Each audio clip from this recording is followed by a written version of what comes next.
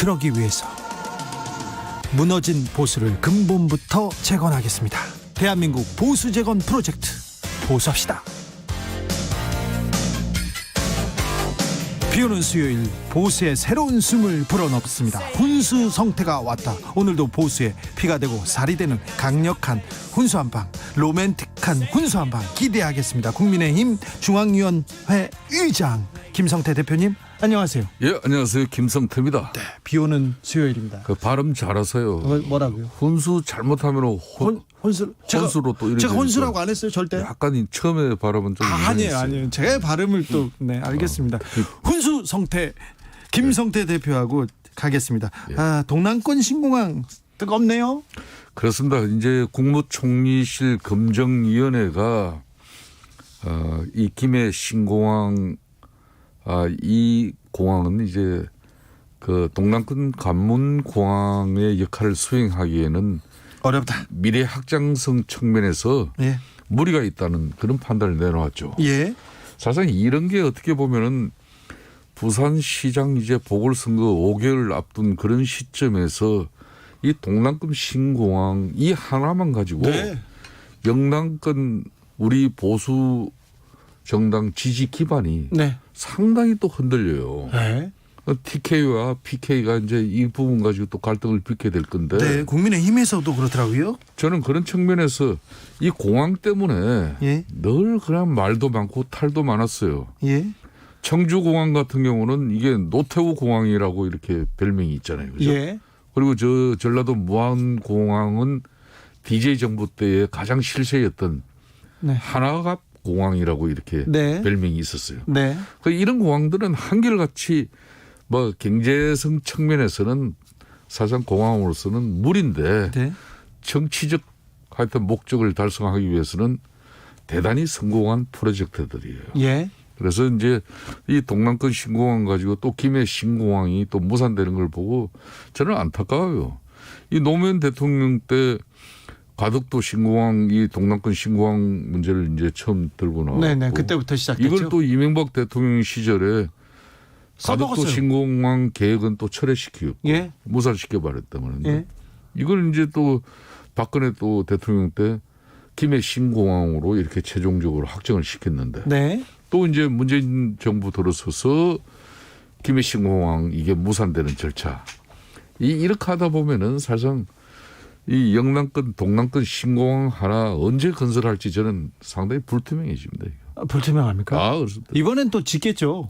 아니 박근혜 정부 때 그 동남권 신공항을 어디 둘 것이냐 밀양이냐 뭐 김해냐 뭐 그때 뜨거웠어요. 뜨거웠죠 가덕도는. 네. 그래서 이제 우리 정부 그러니까 우리 국내적인 어떤 판단보다는 해외 전문가들이 내리는 그 판단을 수용하자 그래가지고 대구시장, 경북지사, 뭐 부산시장, 뭐 경남지사, 울산시장 다 합의서 써가지고 결정된 건데 네. 이걸 지금 또 다시 없던 일로 돼버렸으니 얼마나 또 이게 논란이 붙겠습니까? 네. 아무튼 이 그 또 우리가 말렸어요. 말렸어요?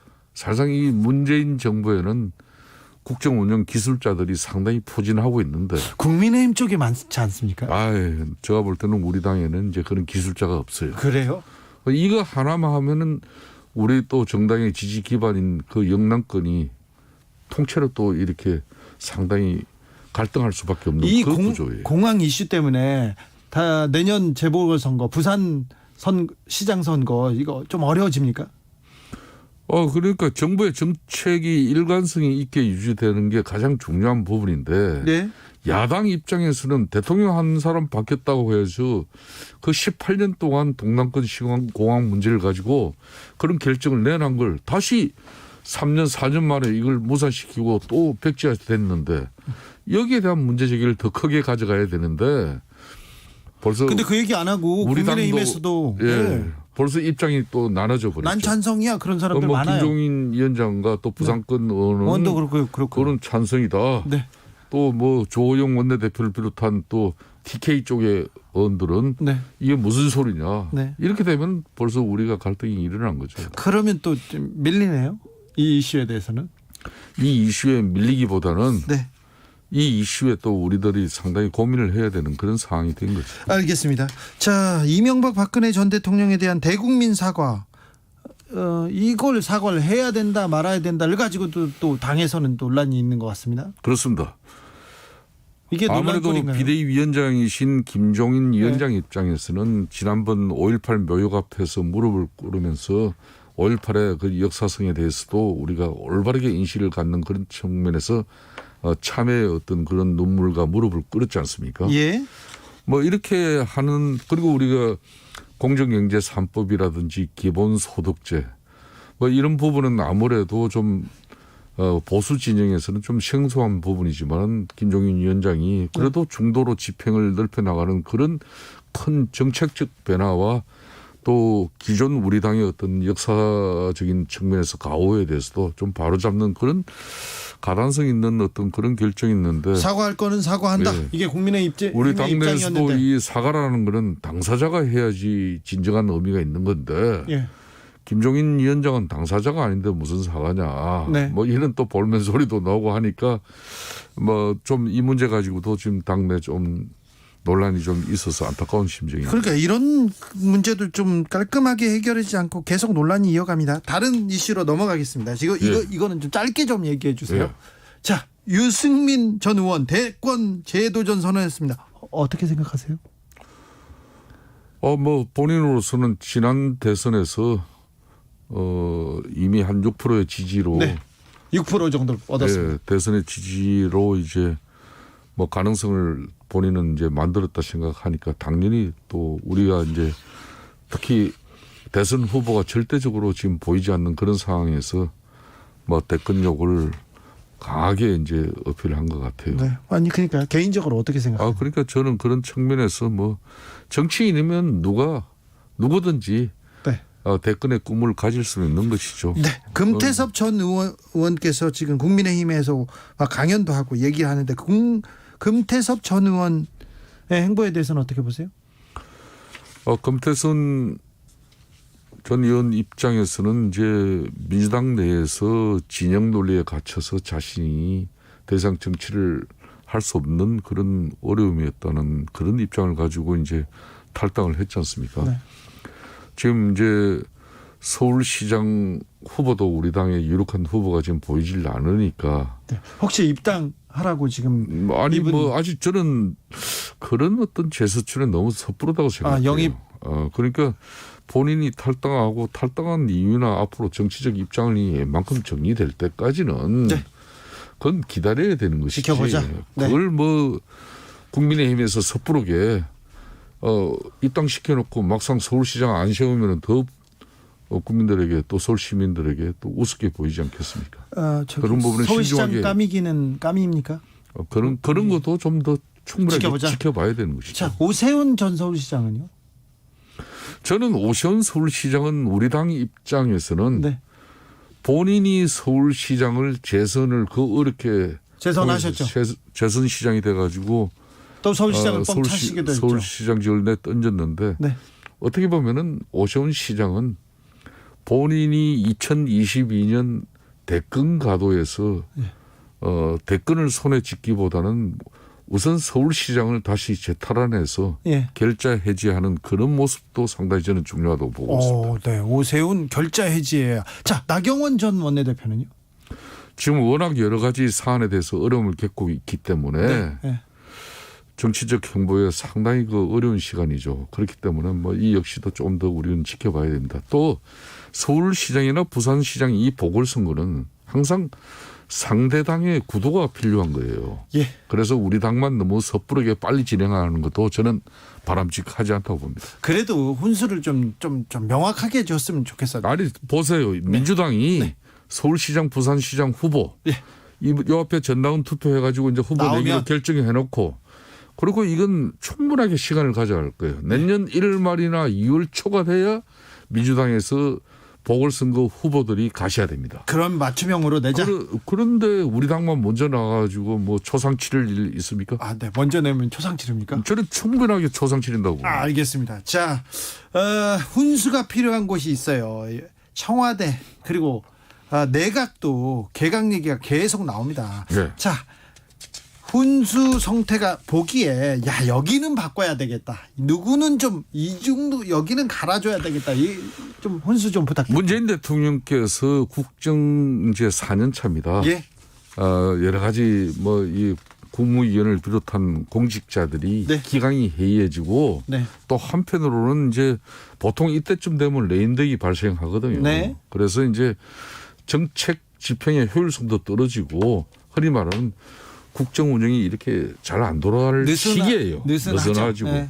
이런 때는 국정 쇄신을 해야죠. 해야죠. 더군다나 뭐 집값 오르고 전월세 문제로 이게 얼마나 고통받고 있습니까? 예. 그리고 검찰 개혁이라는 미명하에 맨날 추미애 윤석열 검찰총장 이 싸우는 거 언제까지 또 지켜봐야 됩니까? 네. 그렇기 때문에 국정 쇄신이 절실한 시기에 1번 타자는 네. 추미애 법무부 장관이 될 수밖에 없는 것이죠. 추미애 법무장관은 좀 바꿔야 된다. 네. 윤석열 총장은요? 예? 윤석열 총장은? 윤석열 총장은 그는 총장 임기 2년이 법으로 보장돼 있는데 윤석열 총장은 놔두고 자 일단 추미애 장관은 바꿔야 된다. 또요? 그다음에요. 네, 그다음에 자꾸 여성분을 거론해서 좀 그런데 네. 김현미 장관. 김현미 장관은 뭐 부동산 정책 또 한 번 또 여성이에요. 네. 또요? 강경화 장관. 강경화 장관이요? 강경화 장관은 왜요? 강경화 장관 같은 경우도 특히 우리가 외교 안보 분야에서도 네. 상당히 좀 엇박자를 많이 내는 지난번 이수혁 대사 같은 경우 네. 미국 국정감사에서 뭐라 그랬습니까? 한미동맹 지금까지 70년 했다고 해서 앞으로도 해야 될 이유는 없다. 뭐 이런 이야기를 하면은 네.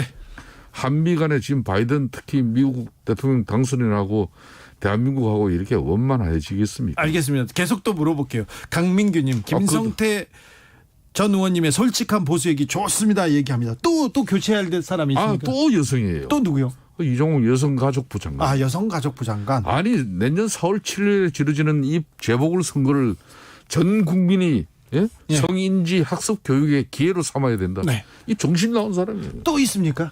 뭐 그 정도만 하죠. 그 정도만 해요? 그럼 나머지는 괜찮게 하고 있습니까? 너무 또 뭐 그 인사권자한테 네. 뭐 정치인의 한 사람이 너무 많은 걸 요구해도 안 되는 거예요. 네.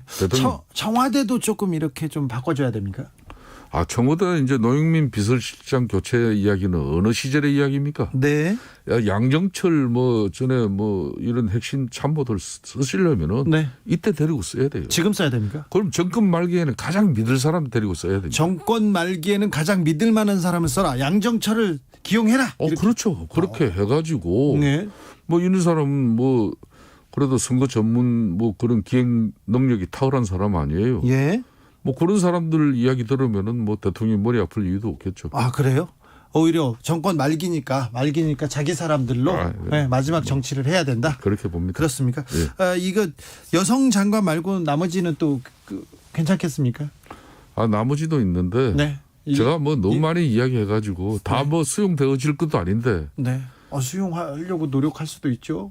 그리고 이런 때 제가 한 말씀 건의를 드리면은 이때 이제 국민 통합을 이야기할 때예요. 그렇죠. 예? 네. 그래서 어찌 보면은 대통령께서 지금 굳이 뭐 국회의 언수를 가지고 연정을 해야 될 이유는 없잖아요. 네. 국민 대통합적인 차원에서 이제 흔히 말하는 이 정부의 각을 세운 그런 강단 있는 막 이런 정치인이라든지 또 사회운동가라든지 또 학계 교수의 뭐 덕망 있는 분이라든지 그러니까 지금까지는 예스맨들을 많이 차출해서 썼다면은 지금까지는 문재인 정권의 쓴소리 내지 좀 반감을 가지고 한 이야기 이런 분들 중에 하나 많은 분들을 마지막 개각에서 좀 반영하면 좋죠. 국민 대통합을 또 생각하라 이렇게 하는데 내일 신문에 김성태 여성장관 4명 해임하라 이렇게 얘기하고 김성태 양정철 기용하라 이렇게 신문에 나면 어떻게 하죠? 뭐 괜찮아요. 괜찮습니까? 여기까지 할까요? 예. 보수합시다. 지금까지 원조 보수 진짜 보수 김성태 국민의힘 의장님과 함께했습니다. 감사합니다. 예, 감사합니다. 라디오 정보센터 다녀오겠습니다. 조진주 씨. 코스피가 어제보다 6.49포인트 오른 2545.64로 올해 최고점을 경신했습니다. 원달러 환율은 1103.8원으로 2년여 만에 최저치로 거래를 마쳤습니다.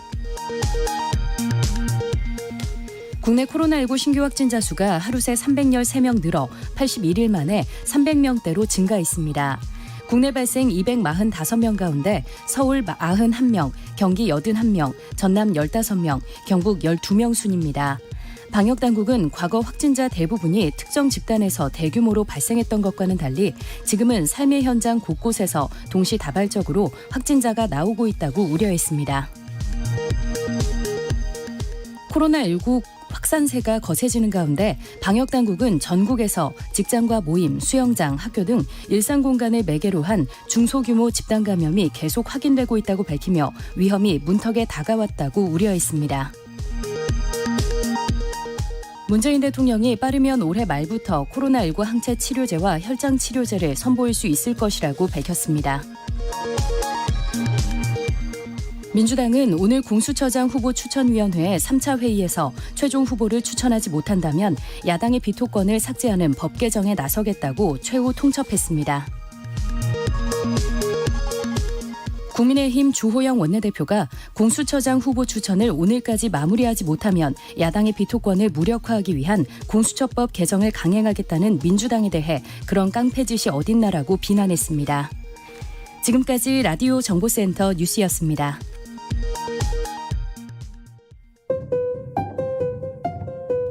정치 피로, 사건 사고로 인한 피로, 고달픈 일상에서 오는 피로. 오늘 시사하셨습니까? 경험해보세요. 들은 날과 안 들은 날의 차이.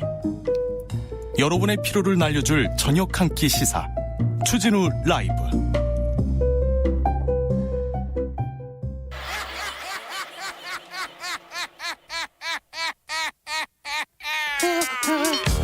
발로 뛰는 기자, 탐구하는 기자, 세상의 질문을 마구 던지는 기자, 기자가 본 오늘의 세상, 기자들의 수다. 라이브 기자실을 찾은 오늘의 기자는 KBS 반짝반짝 빛나는 김비치라 기자입니다. 안녕하세요. 네, 안녕하세요. 한 주 잘 보내셨어요? 요즘 이상하게 수요일만 되면은 바빠요. 수요일만 되면? 네. 오늘은 무슨 일로 바빴습니까? 이제 국회에서 계속 중대재해기업처벌법 예. 제정을 놓고 논란이 좀 있는데 네. 저는 이제 중대재해가 지금은 정말 이번 기회에는 중대재해 막는 법안 통과돼야 된다라고 하는 입장이라서 네. 정의당에서 계속 릴레이 시위를 하고 있지만 민주당에서는 지금 당론이 확실하게 정해지지 않은 상황이잖아요. 아니 민주당도 계속 외치더니 왜 지금 통과시켜야 되는 가장 중요한 때는 이렇게 미온적이고 의견이 갈립니까? 그렇죠. 그래서 제가 좀 이제 그거를 비판적인 입장을 갖고 있다 보니까 계속 네. 관심을 갖고 취재를 하고 오늘 또 국회에 김용균 씨 어머니 예. 김미숙 이사장도 오셨거든요. 예. 그래서 관련해서 기사를 쓰다가 막 예. 왔습니다. 민주당의 어떤 의원이 좀 반대해요? 반대한다기보다는 중대재해처벌법 대신에 산업안전보건법 정도로 제정을 해서 우리가 그걸 막을 수 있다라고 하는 의원들도 상당수 있거든요. 예. 그러다 보니까 이 두 법안을 어떤 식으로 심사를 할 것인지 논의가 되고 있고 정의당에서는 안 된다. 중대재해기업처벌법처럼 확실한 걸로 이번 기회에 통과시켜야 한다라는 입장입니다. 국민의힘에서도 이 부분에 대해서는 이번에는 통과시키자 그런 목소리가 나오고 있어요. 사실 좀 취재를 해보니까 김종인 비대위원장 같은 경우는 그 부분에 대해서 공개적으로 찬성하지 않았습니까? 예? 그런데 당 내에서는 정작 네. 예산안 심사 끝나고 우리가 자체 법안 만들어 보겠다라고 하면서 한 발 빼는 입장입니다. 그렇군요. 네. 좀 지켜보겠습니다. 어떻게 되는지 알려주세요. 네. 자, 오늘은 어떤 얘기로 이어갈까요? 오늘도 이제 검색어 얘기 안 할 수가 없는데요. 네. 금태섭 전 의원이 검색어 아까 계속 1위 하고 계시더라고요. 아, 그래요? 네. 이분이 민주당에 있고 그동안 정치할 때는 거의 잘 못 올랐는데 컷오프 되셨을 때하고 탈당하고 나서는 조금 뜨겁습니다. 오늘 국회를 찾아왔는데요. 오늘 아침에 금 전 의원이 국민의힘 의원들 앞에서 책임감 갖고 서울시장 출마 깊이 고민하고 있다라는 얘기를 했기 때문에 잠시만요. 금태섭 전 의원이 민주당을 탈당했어요. 그런데 국민의힘 의원들한테 가서 강연하러 갔습니까? 네, 이제 강연하러 가서 내가 지금 책임 있게 고민하고 있다. 네. 네. 근데 사실 이제 국민의힘 초선 의원 공부 모임이 있었고 연사로 여러 사람들이 이제 얼마든지 초청될 수 있는 상황이었는데 오늘은 강연 주제 자체가 책임의 정치였고 자기가 책임지겠다 또. 보수 야권이 어떤 일을 해야 할까라는 얘기를 하다 보니 자연스럽게 그 자리에 참석한 의원들도 질문이 서울시장 출마할 것이냐, 국민의힘 입당할 것이냐로 이어져서 논의의 중심이 그 화제가 됐습니다. 금태섭 전 의원 국민의힘 입당한답니까? 이 자리에서는 일단 입당하는 부분은 안 맞는 것 같다. 이 자리에서, 네. 스스로는 이제 민주당 탈당했는데 국민의힘 입당해서 당내 경선하면 국민들 보시기에 어떻게 해서도 별로 좋아 보이지 않을 걸로 보인다. 이렇게 선을 그었습니다. 그런데 이제 국민의힘 라운드에 올라올 준비돼 있느냐라는 또 다른 의원의 질문에는 정확히 어떤 의미인지는 잘 모르겠으나 저는 가진 게 없어서 얼마든지 다 양보할 준비가 돼 있다라는 모호한 이야기를 남겼습니다. 얼마든지 양보할 준비가 돼 있다. 야, 이거 웃기다. 근데 사실 이제 입당은 부인하면서도 출마가 결정되면 그렇죠. 구체적인 방법을 밝히겠다고까지 자, 했단 구체적인 말이죠. 아직은 입당하기는 좀 맞지 않는 것 같은데 지금 어떤 식으로 경선 룰이 짜지면 그때는 자기가 양보할 수 있다 이런 얘기를 하네요. 사실 서울시장 선거가 중요하고 선거에 앞서서 반문연대로는 승리가 어렵다라고 본인이 강의에서 얘기를 한 걸 보면 지금 결국 2011년 박원순 후보 단일화 때처럼 당보다는 시민 후보를 내세우는 모델이 바로 금 전 의원이 얘기했던 구체적인 방법이 아닐까 추측하는 목소리가 많습니다. 네. 민주당에서는 존재감이 별로 없었는데 서울시장 후보군에 또 들지 못했는데 지금 탈당한 후에 굉장히 핫합니다. 특별히 네. 국민의힘 쪽에서 핫하다는 얘기를 듣고 있습니다. 유승민 전 의원도 지금 움직이기 시작했어요. 네, 유승민 전 의원이 현재 국민의힘 소속인데요. 예. 지난 16일 그저께 사무실을 열었습니다. 이제 부동산 대책 토론회를 열면서 자연스럽게 이제 사무실을 공개한 건데요. 부동산 대책 토론회 이 자리에서 현 정부의 대책뿐 아니라 이낙연 대표가 들고 나온 전월세 대책까지 구체적으로 비판을 했습니다. 주호영 원내대표가 이 자리에 참석을 해서 한 이야기가 굉장히 재밌는데요. 우리나라 대통령 중에 재수한 사람의 당선 확률이 높다. 우리 당에서 재수한 사람은 한 사람밖에 없다. 꼭 성공해서 합격하길 바란다라는 축사를 했습니다. 홍준표 의원은 원외니까. 네. 그래서 이 자리에 김종인 비대위원장 비롯해서 국민의힘 의원들 수십 명이 참석을 해서 뭔가 대권 출정식 분위기가 이어졌었거든요. 네. 그런데 오늘 오전에 또 사무실에서 기자간담회가 따로 열렸습니다. 기자간담회를 또 열었어요? 네, 이 자리에서는 아예 2022년 대선에서 꼭 승리하겠다라고 하면서 도전 의지를 재확인할 수 있었습니다. 네, 알겠어요. 대선 의지를 가지고 있는 분이 여의도에 한 450명 정도 있는데요. 유승민 전 의원은 서울시장 출마는 안 하시나요? 사실 당에서는 유승민 차출설이라고 해서 그래도 서울시장에는 유승민이다라는 얘기들이 많이 나오지 않았습니까? 국민의힘 전신도 굉장히 좀 재밌는데 지난번 서울시장 후보가 누구였는지 기억하십니까? 김문수 전 경기도지사였어요. 그렇잖아요. 잊고 있었습니다. 근데 그러니까 경기도지사였는데 어떻게 서울시장에 나가지? 그런데 지금 그 유승민 전 의원은 계속해서 대구에서 이렇게 정치를 활동을 해왔는데 서울시장 차출설 계속 나오잖아요. 그렇습니다. 재밌어요. 창의력이. 그래서 오늘도 이제 기자 간담회에서 서울시장 출마와 관련된 질문이 나왔는데 당에서는 한 번도 직접 들은 적이 없고 아직 한 번도 생각해 본 적이 없다라면서 이제 서울시장 선거 자체가 권력형 성범죄로 갑자기 생긴 선거 아니냐라고 했습니다. 그래서 당에서 공식 루트로 제안 오면 어떻게 할 거냐라고 추가 질문을 하자 당 지도부가 결정하는 문제는 아니지만 가능성 생각 안 한다 하면서 다시 한번 서울시장이 아니라 대권 의지를 다졌습니다. 이날 무슨 얘기했어요? 다른 정치권 인사들에 대해서 어떻게 생각하느냐라는 질문이 자연스럽게 나왔습니다. 특히 오늘 오전에 앞서 열렸던 이제 금 전 의원의 어떤 강연에서 화제가 된 얘기가 있었기 때문에 금태섭 전 의원 어떻게 생각하느냐라고 했더니 우리 쪽 와서 같이 경쟁하자. 공정한 규칙으로 힘을 합치자라고 얘기를 했고 당 밖의 주자들의 이름도 하나하나 언급을 했습니다. 뭐 윤석열 총장, 안철수 대표, 홍준표 전 대표 모두 같은 링 위에서 경쟁하자면서 이제 경선에 모두 공정하게 참여하는 그런 쪽으로 얘기를 좀 했고요. 예. 이낙연 대표에 대해서는 문재인 정권 잘못을 바꿀 수 있는 후보로 비칠지 의심스럽다. 그리고 이재명 경기지사에 대해서 얘기한 게 좀 생각을 해보게 되는데요. 후보가 되기 위해서 사람이 많이 바뀌었구나. 여기까지만 하겠다. 이렇게 얘기를 해서 기자들도 갸우뚱했습니다. 네. 2081님께서 떠나야 할 사람, 기다려야 할 사람, 끈질긴 사람, 국민의힘 참 답답하겠어요 얘기도 했는데 그만큼 또 사람들도 또 많습니다. 또 그 뒤에도 많고요. 공수처장 후보 추천위원회가 오늘 회의를 열고 있죠. 공수처장 그 관련된 이슈가 기자들 사이에서는 얼마나 관심이 있어요? 정치부 기자들한테는?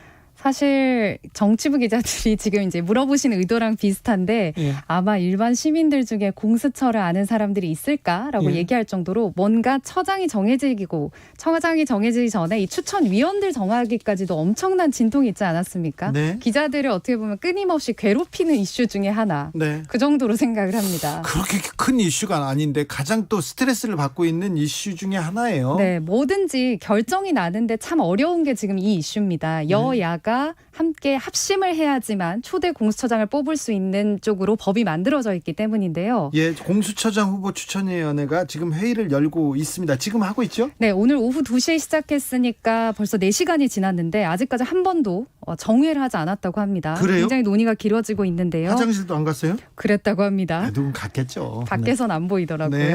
그래서 지금 10명의 예비 후보가 있고 오늘 최종 후보 2명을 추려서 대통령에게 보내야 하는 그 작업인데요. 만약에 오늘 후보를 2명 잘 추려가지고 보내면요, 11월 안에 공수처장 임명되고요, 인사청문회 읽고 출범도 합니다. 12월 안에는. 네, 그래서 정부 여당 추천위원들은 오늘은 정말 결론 내야 인사청문회 해서 연내에 출범한다라는 주장인데 네. 야당이 쉽게 후보 압축 자체에 동의하고 있지 않습니다. 후보 압축에 동의하지 않고 있어요, 지금? 네, 사실 많은 분들이 아시겠지만 이 공수처 법을 보면 추천위원이 총 7명입니다. 예. 정부, 여야 합해서 7명인데 이 중에 6명이 찬성해야만 예비 후보가 될 수 있거든요. 예. 고로 야당 후보 1명, 그러니까 야당 측 추천위원 1명이라도 반대하면 결론이 안 나기 때문이죠. 네. 그래서 키는 결국 야당이 쥐고 있기 때문에 야당에선 계속해서 얼렁뚱땅하면 안 된다. 우리 철저하게 검증할 것이다. 라고 해서 오늘도 송곳 검증을 하고 있습니다. 정민호님이 난 공수처장 학수 고대하고 있는데 섭섭하네 그러는데 기자들이 더 열심히 뛰어야 되겠습니다. 네, 지금 알겠습니다. 회의를 하고 있는데 우리 박주민 통신원께서 공수처장 후보 추천위원회 회의하고 있는데 잠깐 어떻게 회의 진행되는지 물어보겠습니다. 안녕하세요. 네, 박준입니다. 지금 회의하고 있어요? 저는 법사위 회의 방금 끝났고요. 네. 공수처장 후보 추천위원회 회의는 다른 곳에서 다른 분들이 하고 계십니다. 예. 네. 지금 근데 이 회의에 윤곽은 좀 나왔습니까? 아닙니다. 방금 이제 전해 주신 것처럼 아직도 회의 중에 있는 것으로 저도 알고 있고요. 예. 아무래도 야당은 좀 더 검증을 해야 된다, 심사를 해야 된다라는 입장을 계속 고수하고 있는 것 같습니다. 오늘 그 회의가 결론을 못 내면 어떻게 됩니까? 이미 이제 저희 당 원내대표 또는 법사위 간사 이렇게 입장을 밝힌 바와 같이 오늘 크게 진전되는 바가 없다면 저희들은 이미 예고했던 대로 법률 개정 관련된 논의를 진행하려고 하고 있습니다. 그러면 민주당에서 법을 바꿔서라도 공수처장 임명하고 공수처 출범시키겠다 이런 생각이죠? 네, 저희들은 계속 그런 입장을 고수해 왔고 예. 또 앞서서 말씀드린 바와 같이 여러 차례 밝힌 바가 있기 때문에 그 입장을 예. 그렇게 좀 진행이 돼야 되지 않나 이렇게 생각하고 있습니다. 국민의힘에서 청와대 특별감찰관 그리고 북한 인권대사 지정하자 이거 계속 하면서 이거 하면 공수처장이랑 같이 통과시키자고 얘기하는데 이거 들어주면 안 되나요? 기자님도 이제 들어보시면은 좀 이해가 안 될 겁니다. 왜냐하면 공수처장하고 특별감찰관 또는 북한 인권 대사 예. 이사 이쪽하고는 사실 별개의 문제죠. 없거든요. 예. 그런데 이거를 해주면 이쪽의 심사를 빨리 해주겠다라든지 이쪽 그게 신속히 진행될 수 있게 해준다든지 하는 게 저는 언뜻 이해가 안 되거든요. 네. 그래서 이거를 자꾸 연계해서 마치 정치적인 바터를 하겠다라고 하는 주장 자체가 뭐 잘 이해가 되지 않습니다. 정치라는 게 그렇잖아요. 좀 약간 불합리하고 약간 좀 말이 안 된다 하더라도 상대편이 있으니까 저 사람들을 좀 이렇게 설득해서 나가는 과정이 있으니 공수처가 중요하면 이것도 같이 받아들여도 되는 거 아닌가 이렇게 생각하는 사람들도 있을 수 있어요. 아니 뭐 정치적으로 그것이 필요하다면 뭐 그렇게 할 수도 있겠죠. 예. 근데 마치 야당이 이게 거래 조건인 것처럼 얘기한다면 네. 이거는 공수처장을 굉장히 중립적이고 독립적인 인사로 뽑겠다라는 말하고도 상충되는 걸 수도 있거든요. 네. 그래서 그런 과연 바람직한가 이런 생각도 하게 됩니다. 네, 이지선님께서 7월에 공수처 출범이었었는데 지금 11월입니다. 진짜 속 터져요. 미쳐요, 미쳐 막 이렇게 얘기하는데 공수처장 후보들 검증은 거의 좀 충분히 이루어졌습니까? 제가 이제 들은 바로는 그 공수처장 후보로 거론되는 분들이 네. 굉장히 충실하게 자료를 이미 제출을 했답니다. 아, 그래서 그래요? 예. 예, 검증이 그렇게 어려운 것도 아니고 네. 신속히 진행하려면 신속히 진행할 수 있는 상황이라고 저는 들었습니다. 네. 예, 그렇기 때문에 이제 여러 가지 정치적 고려를 하지 말고 누가 진짜 공정하고 중립적인 수사를 할 수 있는 사람인가를 기준으로 놓고 판단하면 될 것 같습니다. 누가 공정하고 중립적으로 이 공수처를 잘 출범시키고 공수처를 이끌 수 있을까?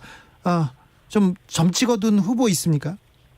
아닙니다. 저는 뭐 특별한 후보를 뭐 염두에 있거나 두고 있거나 그렇지는 않고요. 네. 예, 그렇습니다. 예. 김경수 변호사가 유리하다는 이런 얘기도 나오는데 어떻게 생각하세요? 글쎄요, 저는 뭐 내부에서 구체적으로 어떻게 논의되고 있는지는 모르겠습니다. 예. 공수처 출범 올해 안에 가능합니까?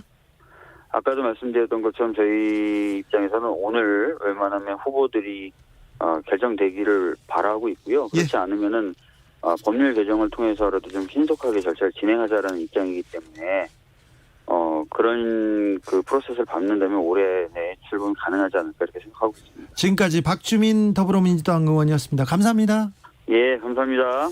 김비치라 기자한테 다시 돌아오겠습니다. 만약 오늘 결론이 나지 않으면 네. 어떻게 됩니까? 사실 이게 지금 어제 이낙연 대표 같은 경우도 공개적으로 경고를 했습니다. 네. 구체적으로 다음 주에 법사위 소위 열어서 야당의 그 추천권을 없애는 방향으로 개정을 할 것이다. 경고를 했는데 저도 이제 궁금한 게 오늘 만약에 이렇게 해서 다음 주, 뭐 다다음번 회의까지 넘어가게 된다면 민주당이 실제 이 초대 공수처장을 결정하는 이 부담스러운 일을 놓고서 법 개정을 실제 할 것인지 아니면 야당과의 물밑 협상이나 이런 작업들을 통해서 또 본질과는 조금 다른 여야의 갈등으로 번질 것인지 참 궁금하긴 한데 오늘 모든 추천위원들이 저녁 약속을 비롯해서 모든 것들 오후 일정을 다 빼고 지금 참여를 하고 있다고 하니까 끝장 토론이 나서 후보라도 압축이 된다. 그렇다면 저는 조금 가능성이 있다고 보는데 안 되면 여야의 엄청난 갈등으로 빠져들 수 있다고 봅니다.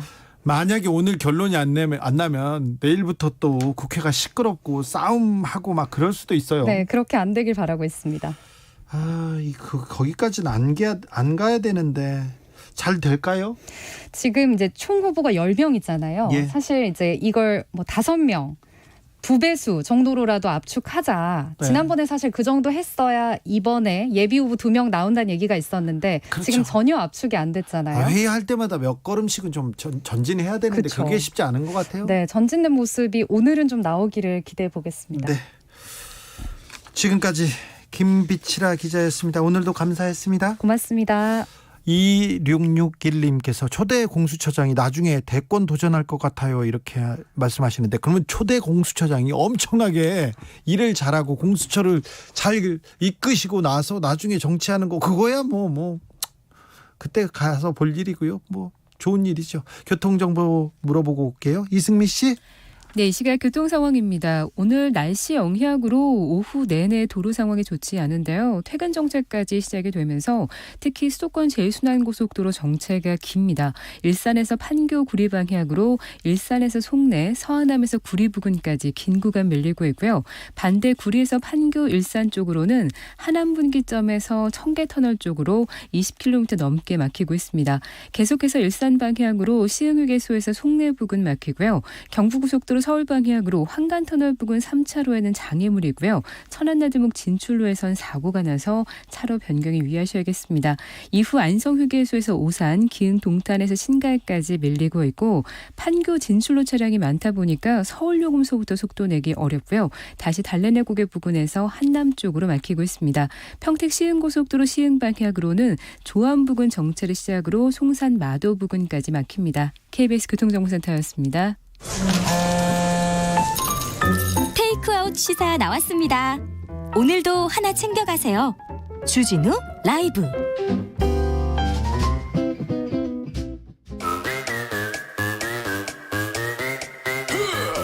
모두 정숙해 주십시오. 재판 5분 전입니다.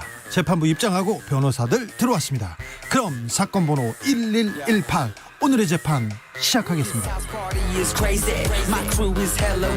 양지열 변호사 출석했습니까? 네, 양지열 나왔습니다. 박지훈 변호사 출석했나요? 네, 나왔습니다. 네, 한 주 잘 보내셨습니까? 네. 네, 어떻게 보내셨어요? 정신없이 그냥 훅 지나가더라고요. 정신없이 그렇게 바쁘게 어떻게 그렇게 바쁘게 사시는지 두 분 참. 양지열 변호사 바쁘게 삽니다. 그렇죠. 그 와중에 책도 쓰고 공부도 많이 하고 운동도 하시고 펜싱도 하고요. 복싱도 하고 참 제가 복싱도 하세요? 요즘 아주 복싱에서 펜싱으로 바꿨죠. 제가 옆에서 보면서 오늘도 대기실에서 참 대단하다 그런 얘기를 하셨습니다. 박지훈 변호사는 운동 안 하시죠? 저는 방송만 하는 거예요. 네. 박지훈 변호사처럼 방송이 많지가 않아서 그래요. 저는. 예. 또 그렇게 또 갑니까? 예. 법무부 대검 아직도 뜨겁죠? 네. 근데 오늘 기사가 많이 나온 게요. 예. 이런 얘기가 나왔어요. 법무부에서 평검사 두 사람을 보내서 사전 조율 없이 갑작스럽게 윤 총장을 감찰하려고 했다. 네, 어제 있었던 일이다. 그러면서 이게 윤 총장에 대한 고의적 망신주기다라는 식의 보도가 굉장히 많았었어요. 계속 쏟아지고 있습니다. 네, 그리고 심지어 그래서 이제 대검에서는 법무부에 확인을 해보려고 했더니 감찰관도 모르는 일이다라는 보도가 나오면서 그러면 뭐 법무부 장관이 검사들을 직접 지시한 게 아니야 이런 식의 보도들이 많이 나오고 있는데 네. 그나마 좀 찾아보면 이거 약간 이게 그럴 수 있겠다 싶은 부분은 이런 게 나오더라고요. 조사를 통보하려고 면담 요구서를 들고 갔다는 거예요. 그러니까 일정을 잡으려고 간 거지 일정도 없이 갑자기 검찰을 하려 한 건 아니라는 거예요. 법무부에서는. 네. 그러면 이게 방향이 많이 다른 거 아닙니까? 그렇죠. 사실 상식적으로 생각해봐도 아니 검찰총장이 아니라 일반인들도 먼저 사전 조율하고 조사를 하지 어떻게 갑작스럽게 조사를 합니까? 언제 전화해가지고 언제 들어오세요. 네, 그렇죠. 네. 네. 근데 총장을 검사 2명을 덜컥 보내서 조사를 하려고 했다는 것 자체가 말이 안 되는데 저는 희한하게 왜 오늘 뉴스들은 거의 대부분의 기사들이요 그런 식으로 쓰여져 있어요. 그러니까 좀 무례한 수사 방식이다. 지금 무리하다 이렇게 보이게 지금 기사가 계속 나오고 있어요. 예, 그렇게 대부분 기사가 됐고 뭐 한두 개 언론사 빼고는 대부분 그렇게 보도가 된 상황인데 정확하게 좀 말씀을 드리면 지금 금방 그 조율하러 갔다는 얘기가 있고요. 네. 또 이제 이 원대 복귀한 게 원래 지금 뭐 이게 보도 자체는 그 불만을 갖고 뭐 안 했다. 다른 얘기. 그건 단 겁니까? 설명을 좀 하셔야죠. 네네. 네. 차분히 하세요. 그러니까 인천지검 형사부장이 그렇죠. 예, 감찰을 윤석열 검찰총장을 감찰하려는 업무를 맡게 돼서 네. 원래 이제 감찰을 법무부에 파견을 나갔다가 나는 그 감찰 업무는 못합니다라고 돌아갔다라는 식으로 보도가 됐는데 그렇게 보도가 됐어요. 그렇게 네. 보도가 된 거예요. 네. 근데 이제 사실은 알고 보니까 파견을 가긴 갔는데 공식적인 업무를 하기 전에 파견 명령이 취소돼서 원대 복귀가 됐다라는 거거든요. 그냥 원대 복귀가 된 거예요? 네. 그런데 이제 사실은 뭐 반대 취지 얘기했는지 그건 알 수가 없습니다. 네. 보도를 정확하게 좀 돼야 되는데 이게 조금 윤석열 총장하고 추미애 법무부 장관하고 대립되는 구도고 검찰이 아니면 일반 검사들이 중간에서 갈등하는 모양새를 지금 자꾸 보도되는 양상이 보입니다. 네. 언론에서 싸우길 바라는 것 같아요. 네. 언론에서 싸움 좋아하죠. 네. 싸움 부추기는 것도 좋아하고. 그런데 며칠 전에 94% 언론 그 법조 언론인들 네. 94%가 추미애 장관의 그 수사지휘권 행사가 잘못했다는 이런 얘기도 나왔어요. 저는 좀 이해가 좀 안 돼요. 그 부분이. 네. 수사지휘권이 법에 없는 게 아니고 법률에 있는 그대로거든요. 없는 거를 만약에 행사했다면 90% 이상 얘기할 수도 있을 거고 또 더 나아가서 대부분 윤석열 개인 본인 아니면 가족 측근의 문제이기 때문에 이거는 본인이 빠지도록 빠져야 돼. 우리가 소위 말하는 기피나 제척 제도가 있습니다. 본인이 연관되면 그 사건에 손을 떼는 그런 일환에서 수사지휘권이 지금 행사가 많이 됐거든요. 그래서 뭐 이 성향에 따라서 아니면 뭐 보수 언론도 있을 수도 있고 그렇지만 이게 90%, 94%나 이거를 잘못됐다고 하는 거는 법조 기자가 법을 모르는 것 같아요. 법을 모른다기보다 아무래도 좀 이렇게 얘기하고 싶지 않은데 스스로 우리는 검찰 쪽의 의견을 말이 안 돼요. 듣습니다라는 얘기를 함께 안 최소한 전 반반이 된다고 생각했거든요. 법무부도 검찰인데 좀 검찰. 그렇죠? 너무 검찰이에요. 검찰 쪽의 쪽의 생각과 좀 비슷하다고 볼 수 있죠. 검사들하고 생각이 똑같은 것 같아요. 저는 그 기사를 보고 깜짝 놀랐어요. 근데 그러면 수사지휘권 발동에 대한 검사들의 생각도 거의 대부분 추미애 장관이 좀 무리하다 이렇게 보고 있다는 건가요? 그렇죠. 많은 수의 검사가 그렇게 생각할 가능성이 높습니다. 네. 높습니다. 근데 그렇지만 대다수라고 얘기할 수는 없고요. 다만 이제 평검사들이나 또 검찰 수사관들은 달리 생각하는 사람이 있는 거예요. 그런데요. 사실 윤석열 총장이 식물 총장이었잖아요. 인사권이 없으니까. 그래서 윤석열 총장하고 가까이 가면 가깝거나 주변에 있으면 인사상 불이익이 있다고 해서 사실 거리를 두려는 검사들도 많았거든요. 그런데 최근에 보면 검사들이 추미애 법무부 장관의 지시나 결정에 대해서 굉장히 좀 이렇게 반감을 드러내거나 이렇게 글을 쓰거나 그런 사람들이 있어요. 그 사람의 숫자가 늘어난 것은 좀 어느 정도 보여요. 네, 다만 아직까지도 이런 겁니다. 우리 이제 좀 전에 이제 법조 기자분들 얘기를 하고 있었는데 법조 기자분들이 주로 만나는 검찰은 어느 쪽 검사들일까요? 우리가 전체 검사를 만난다고 볼 수는 없잖아요. 그렇죠. 예, 대부분은 그래도 인지수사를 하는 특수부 대표적으로 이런 쪽 그렇죠. 검사들을 만난다고 보기 때문에 사실은 검찰의 전체 의견이라기보다는 그쪽 검사들의 얘기들이 반영될 가능성이 일단은 높고요.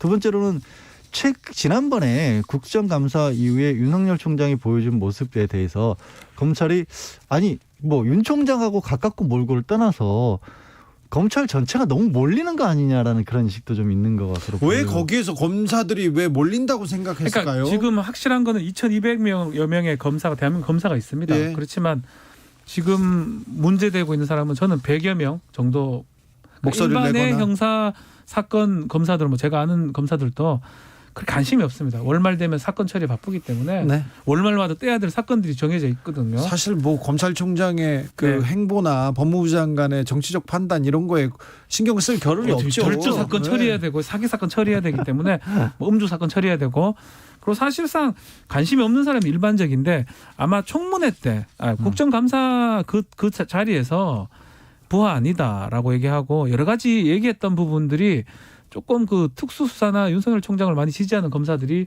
좀 고무됐지 않을까 생각합니다. 뭉치게 됐다. 네. 그때. 그 후에 전국 지검에 방문도 했었고요. 네. 그런 부분을 내고 우리도 목소리를 좀 낼 수 있지 않겠나 막 그런 전 개인적 생각이긴 합니다.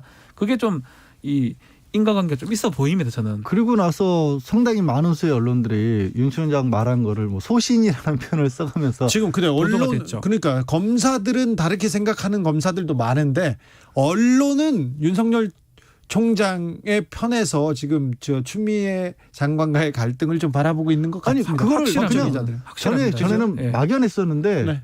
본인들 스스로 인정을 해버렸어요. 94%. 94%라고. 육사공구님이 네. 수사지휘권 문제가 아니라 이건 지극히 개인 감정이 문제인 거죠 얘기하는 분도 있습니다. 그렇지 않습니다. 개인 감정으로 해서도 안 되고요. 수사지휘권 행사도 할 수 있지만 그 내용 자체가 불법적이고 잘못됐고 개인 감정이면 그건 문제 삼을 수가 있습니다. 네. 그렇지만 계속적으로 얘기하지만 수사지휘권 행사한 부분은 다 그런 거예요. 본인의 측근이나 본인 관계된 사건들입니다. 사실 우리 법에는 판사도 본인 재판을 안 할 수 있도록 돼 있어요. 네. 빠지는 게 맞아요. 수사하는 사람도 빠지게 돼 있는데 그게 제척 제도라고 우리가 표현하는데 그것을 지금 행사했던 거기 때문에 전체 맥락으로 내용으로 보더라도 그 수사 지휘권 행사가 법무부 장관 수사 지휘권 행사가 저는 부당하거나 잘못해도 보기 어렵다고 생각이 듭니다. 아니 그 부당하다고 보기도 그렇고 좀 이건 과했다고 보는 사람도 있고 그럴 수는 있는데 이게 94%의 제가 그게 이해가 안 된다는 거예요. 예, 이렇게 그러니까 다양성이라고 하는 게 없나 봐요. 그쪽 조직에는. 6%는 뭐예요, 근데? 아니 근데 6%. 제가 그래서 법조 기자들한테 물어봤는데 아니 다 윤석열 총장이 잘했다, 법무부 장관이 잘했다가 아니라 수사지휘권 이거는 좀 잘못됐잖아요. 이게 법조 기자들의 생각입니다. 이게 그러니까 검사들의 생각. 수사지휘권이 뭔가에 대해서 그 분들이 어떤 근거와 어떤 규정을 가지고 그 생각을 하게 되는지가 듣는 얘기가 평소에 그렇죠. 아무튼 검사들도 이 정도의 확률은 안 나와요. 아니, 그 검사도 정도 안 있더라고요. 나오죠. 제가 말씀드리지만 특수 출신 검사들, 이른바 내부 게시판에 1번부터 답 달았던 커밍아웃 검사 그런 분들은 몰라도 일반 검사는 그렇지 않습니다. 94% 안 나옵니다. 자, 다음 재판으로 넘어가겠습니다. 한동훈 검사장과 6탄전을 벌였던 정진웅 차장검사 첫 재판이 이번 주에 열립니다. 네, 이게 참 그렇습니다. 다른 것보다도 독직 폭행으로 기소한 게 맞느냐 가지고 또 독직 폭행으로 난 또 기소되는 경우 또 정말 아니 독직 폭행이란 말 자체를 예. 정말 저는 솔직히 사법시험 준비할 때도 못 들어봤어요. 저는 제가 취재할 때 네. 충무로에서 한 취객이 식당 앞에서 이렇게 행패를 부리니까 그냥 술이 취해서 좀 있었어요. 근데 경찰이 오더니 잡아가려고 이게 수갑을 취해서 잡아가려고 하는데 이분이 술 먹은 분이 좀 대항을 했어. 그랬더니 이 경찰이 화가 나서 때린 거예요. 때렸는데 너무 세게 때려가지고 그 지나가던 사람이 이건 과하다면서 말리니까 계속 때려가지고 그걸 찍어서 저한테 보냈어요. 그건 잘못했죠. 그래서 제가 가서 이게 뭐 하는 거냐 이렇게 따졌는데 그분이 저한테 그 경찰이 뭐라고 하는 줄 아세요? 앞으로 이 관내에서 술 마음껏 먹게 해주겠다 이렇게 얘기하는 거예요. 그래가지고 제가 감찰실에 독직 폭행 같은 해가지고 제가 이거는 처벌해야 된다. 그때 독직 폭행이라는 얘기가 그게 몇 년 전 얘기예요? 15년 정도 됐습니다. 그리고는 안 들어봤어요. 그러니까 왜냐하면 생각해봐서 좀 예를 드신 게 정말 그것도 그때도 놀라운 일이었고요. 경찰이든 누구든지 간에 피의자한테 폭력을 행사한다는 건요. 지금으로서는 영화에서밖에 못 찾아보는 얘기예요. 그럼요. 그러니까 과정 자체가 이거잖아요. 권한을 남용했다라는 거거든요. 그렇죠. 그러니까 이게 왜 들어왔냐면 옛날에 고문 같은 거 이거 막으려고 한 건데 네. 그때 당시 상황이 그건 맞아요. 직무수행 과정인 건 맞았고 네. 그다음에 수사를 담당하고 있는 사람도 맞았고 뭐 폭행은 몸만 스쳐도 폭행이잖아요. 법적으로는 사실 신랑만 벌어도 폭행이니까 맞는데 과연 이거를 그런 관계라고 볼 수 있냐. 부장검사가 검사장을 상대로 해서 좀 전에 얘기한 것처럼 취객 상대하듯이 일방적으로 폭행을 행사했다고 볼 수 있을까. 그리고 그 상황이라든지 또 대상을 봐야 돼요. 상황이 공무집행을 특히 압수수색을 하는 집행할 과정이잖아요. 그 대상자는 누구냐면 아마도 압수수색 영장을 가장 많이 받던 사람 중에 하나일 겁니다. 예. 집행했던 사람 중에 하나. 검사장 출신의 한동훈 검사입니다. 네. 그 사람이 집행을 당하는 입장인데 그 두 사람 간에 일어났던 그 내용은 아직 진술들이 아주 엇갈리니까 재판을 해야 이제 확인할 수 있을 것 같지만 일단은 그런 상황에서 이렇게 갑자기 기소가 되고 직무 배제까지 얘기가 되고 오히려 저는 이 생각이 자꾸 들어요. 제가 이 생각을 하지 않을 수 없는 게 정진웅 검사 지금 뭐라고 했냐 보니까 채널A 검언유착 사건 주인 검사예요. 예? 차장 검사 내려가긴 했지만 네. 강주에. 이거를 막기 위해서 조직적으로 움직이는 거 아닌가 이런 의심이 들 수밖에 없는 상황이에요. 어떻게 검사들이 지들 검사들끼리 몸싸움한 추태 같은 모양을 했는데 그걸 독직 폭행의 이름으로 지들 검사 선배 한 명을 기소를 한다?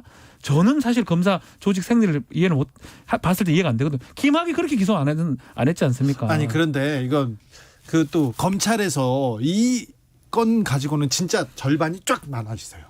독직 폭행이 맞다는 사람이 있고요. 아니다 이건 너무하다 공무집행관 이건 완전히 나눠 있는 거 같아요. 그러니까 그걸 빨리 판단해서는 안 되죠. 한동훈이 된 다음에 판단하기 맞죠. 정상적인 전 제 생각입니다. 이거는. 네, 재판장님 그렇죠. 네. 제 생각인데 그런 거라면 이렇게 의견입니다. 의견이 분분되고 자기 검사 안에 검찰 조직 안에 구성원의 문제고 공무 집행 과정에서 일어났던 문제거든요.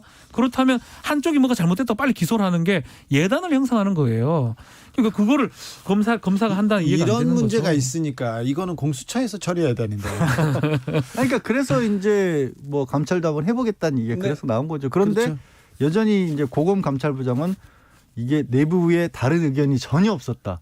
이것도 놀라워요. 말이 되나요 그게? 그렇게 이견이 있어야 될 텐데 이거는 좀 이견이 그렇습니다. 없다는 게 말이 안 되죠 사실은. 자, 이상한 게 아니라 그런 얘기를 하고 있습니다. 자, 두 사람의 육탄전 과정에서 나온 또 파열음입니다. 한동훈 방지법. 휴대전화 비밀번호 제출 강제하는 것은 위헌이다. 이것도 또 법률가들 사이에서 논란이 분분합니다. 저는 이거는요. 이게 왜 이런 얘기가 나왔는지는 들어가야 돼요. 네, 그러니까 뭐 다 알려졌으니까 한 검사장이 본인의 휴대전화를 열어주지 않고 있기 때문에 네. 영장이 발부가 됐는데도 불구하고 네.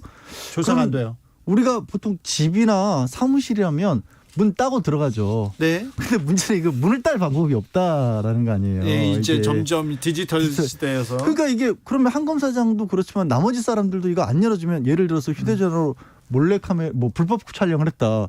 안 열어주면 앞으로 수사 못하는 거 아니냐 이런 걱정을 할 수가 있는데 거기에 대한 고민은 시작해야 됩니다. 시작해야 그렇죠. 맞는데 문제는 그걸 그러면 그 사람의 입을 열도록 해라. 이거는 저는 안 된다고 봐요. 그렇죠. 이거는 이 좀 말하게 비밀번호를 털어놓게 만들어라. 이거는 안 된다고 봐요.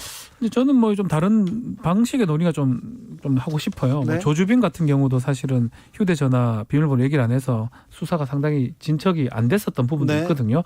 또 그리고 이 외국 법내는 어떤 게 있냐면 테러 같은 것 때문에 테러가 직접 일어나고 있는데 이 휴대전화를 빨리 열어야지만이 생명을 구할 수 있잖아요. 국민의 생명. 그래서 그 법들이 있었고 그 중에는 뭐 독일이나 이런 데 위헌이 됐던 것도 있습니다. 여러 가지 입법이 지금 존재하고 있는데 그거에 대해서 이 추미애 장관이 검토를 해보라 지시를 했는데 이걸 지금 프레임이 싹 바뀌었어요. 아니 근데 그 국가 안보나 네. 에 대해서 그런 논의는 시작돼야 돼요. 이제 뭐, 디지털 시대지 않습니까? 아니 그렇죠. 근데 이거를 갖고 한동훈 또 검사가 뭐 이게 뭐 위험이다 이런 얘기 본인이 한 것도 그걸 뭐 변론을 하더라도 저기 한동훈 근데 거기 그 앞에 이런 논의가 시작돼야 되는데 그 앞에 한동훈 이름을 넣었어. 그 부분은 저는 사실 그 부분이 괜히 좀 물론 조주빈으로 시작됐으면 오히려 그렇죠. 성범죄 네. 더 좋았을 것 같긴 한데 저는 그걸 떠나서 한동훈이라는 걸 왜 넣냐 하면 고위 검사입니다. 아주 고위 검사고 압수 영장을 수만 장 수천 장을 했던 사람일 거예요. 아마 그 사람이 이것을 거부할 때 아마 그런 것 때문에 한 걸로 보입니다. 그리고 뭐 이걸 막고 저는 입을 연다기보다는 좀 가중처벌하는 거거든요. 가중처벌 그런 거는 좀 좀 개인적 생각으로 저는 그게 이제 모든 뭐 휴대전화를 여는 건 아니지만 어떤 특정 상황에 대해서는 좀 가능하게 해야 되는 거 아니냐. 고민을 시작해야 됩니다. 속보입니다. 고위공직자 범죄수사처장 후보 추천위원회가 최종 후보자 선정에 실패했다는 실패했을 것 같아요. 예. 속보를 알려드립니다. 후보자 10명을 상대로 자료를 검토한 후에 최종 후보자 선정을 위해서 3차례 포결을 했는데요. 위원 6명 이상의 동의를 얻은 후보자가 나오지 않았다고 합니다. 그래서 최종 후보자를 선정하지 못하고 사실상 활동을 종료한다고 합니다. 예견된 상황 예견된 아니에요? 그대로죠. 그러면 공수처의 미래는 어떻게 이게 되나요? 우리가 얘기했잖아요. 국민의힘에서 공수처를 위헌이라고 생각하는 이현 변호사를 위헌으로 이게 라임이 좀 맞죠? 네. 위헌으로 선정을 했다는 것도 문제고요. 네. 그 중에 성모 변호사 같은 경우는 괴물이다. 괴물의 수장이 된다. 후보로 추천됐던 사람. 네. 그것 때부터 문제인 거예요. 이분들이 회의 가가지고 뭐라 했겠습니까? 뭐 참석을 할 이유가 없는 거죠, 사실은. 예. 그 둘이가 비토권이 되기 때문에 두 사람이 이거는 처음부터 관철되기 어렵고요. 네. 18일입니다. 이제 끝났기 때문에 아마 김용민 의원이 한 개정안으로 법 개정 뭐 나서겠죠. 나설 방법밖에 없지 그럴까요? 않을까 생각합니다. 또 지켜보겠습니다. 공수처 출범 어떻게 되는지 저희가 계속 지켜보겠습니다. 재판 5분 전 양지열 박지훈 변호사 감사합니다. 네, 고맙습니다. 감사합니다. 신화의 해결사 들으면서 주진우 라이브 마무리하겠습니다. 저는 내일 오후 5시 5분에 돌아옵니다. 지금까지 주진우였습니다.